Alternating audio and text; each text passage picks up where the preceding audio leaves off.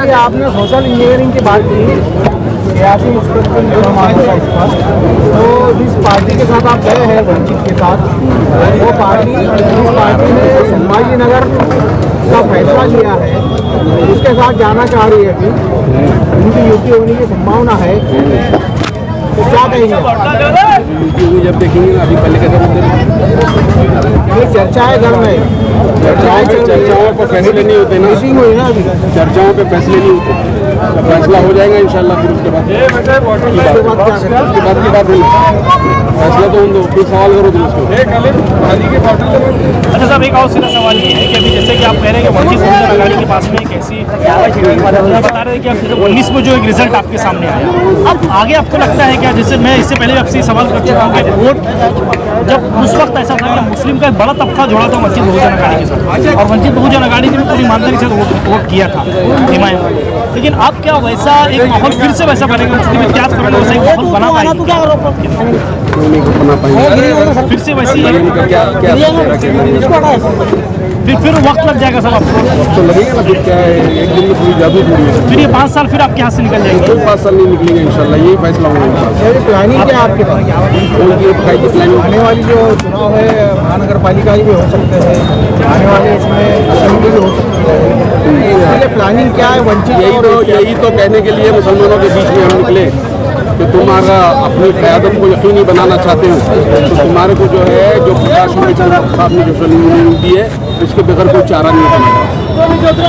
आप बड़ा स्कोर जरूर कर सकते, लेकिन अपनी जीत को कैसा यकीनी कर सकते? ये जीत को यकीनी बनाने के लिए आपको ये सोशल इंजीनियरिंग की जरूरत है जो प्रशासन को करना है। सर, महाराष्ट्र में जैसा आपने बताया कि हम 12% में है, मेरा सीधा सवाल ये है कि हमने देखा है राष्ट्रवादी कांग्रेस जो भी सिमिलर पार्टियां है, इन्होंने मुसलमानों की आबादी के हिसाब से मुसलमानों को खड़े नहीं किया। क्योंकि सवाल है कि पूरे महाराष्ट्र में वंचित बहुजन अघाड़ी और मुस्लिम इतिहास फ्रंट मुसलमानों को आबादी के हिसाब से टिकट देंगे? सवाल ही नहीं आता, देंगे और ज़्यादा देंगे और ज़्यादा मंगेंगे। बहुत बड़े ज़र्फ का आदमी है बहुत बड़े ज़र्फ का आदमी है। 19 के इलेक्शन के अंदर खाली उन्होंने वादा करे थे डॉक्टर गफ्फार कादरी को कि हम तुम्हारे खिलाफ में उम्मीदवार नहीं डाले थे, नहीं डाले इन्होंने। आदमी का ज़र्फ तो देखो। खासदार साहब ने जो अमृत मैदान पर अभियान दिया है, तो क्या कहेंगे?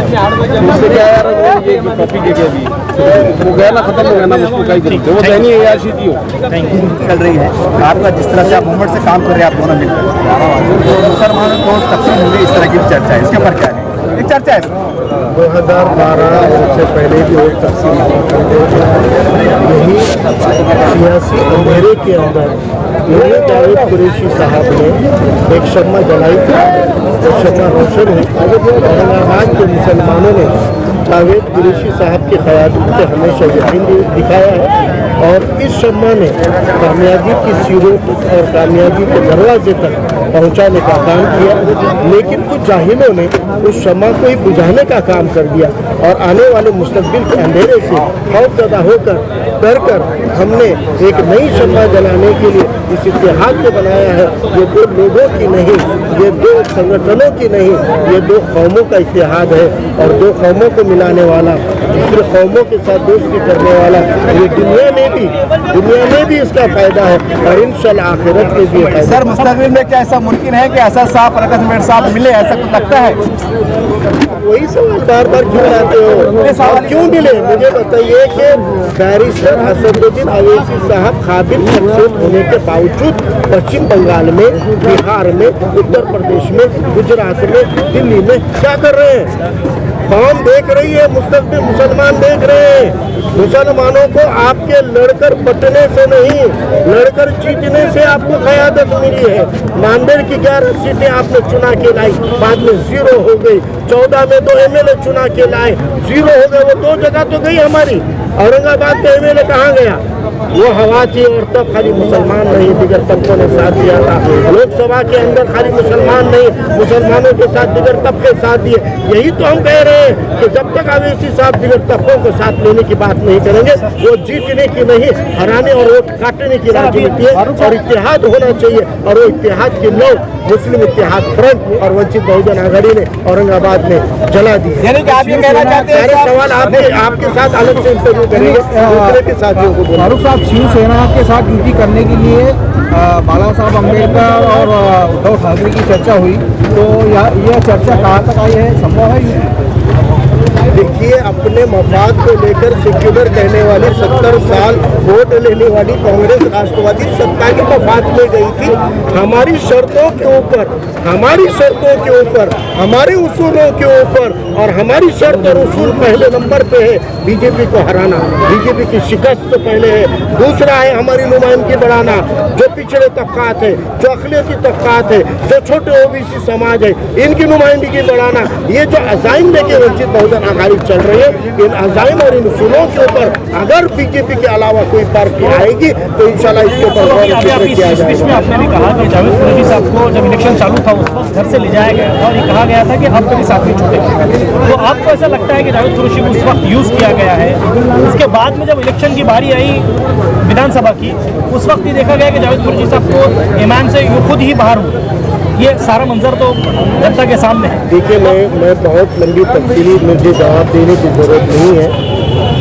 पार्टी के फाउंडर सैयद मोइन हो या पार्टी के औरंगाबाद के फाउंडर जावेद कुरैशी साहब हो या पूना के अंजुम इनामदार हो, इन लोगों के साथ में क्या रवैया और नज़रिया इख्तियार किया गया था ये पूरी आवाम ने देखा हुआ है।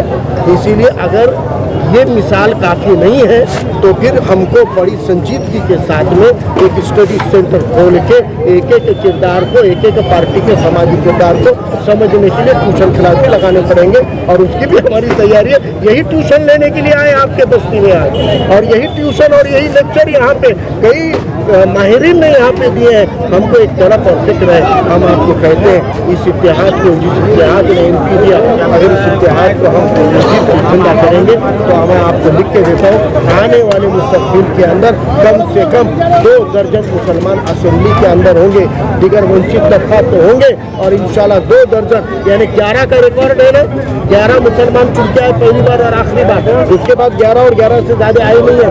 मैं आपको आपके चैनल के जरिए वीडियो उठा के रखिए, अगर मुसलमान और वंचित का इत्तेहाद हो जाएगा तो आने वाले असेंबली के अंदर इंशाल्लाह 22 से कम एमएलए नहीं आएंगे, और 22 से कम एमएलए अगर आ गए महाराष्ट्र के मुसलमानों ने वंचित के साथ इत्तेहाद करके वोट करके वोट करके वंचित के साथ में रहेंगे, और 22 से कम एमएलए आएंगे तो फारूक अहमद समाजी और सियासी जिंदगी से रिटायरमेंट ले लेगा। इतना मैं यकीन के साथ एक लाइफ भी जा रहा है, साहब वोटने का इंटरव्यू लेने वाले हैं आपके साथ, पूरे 3 सवाल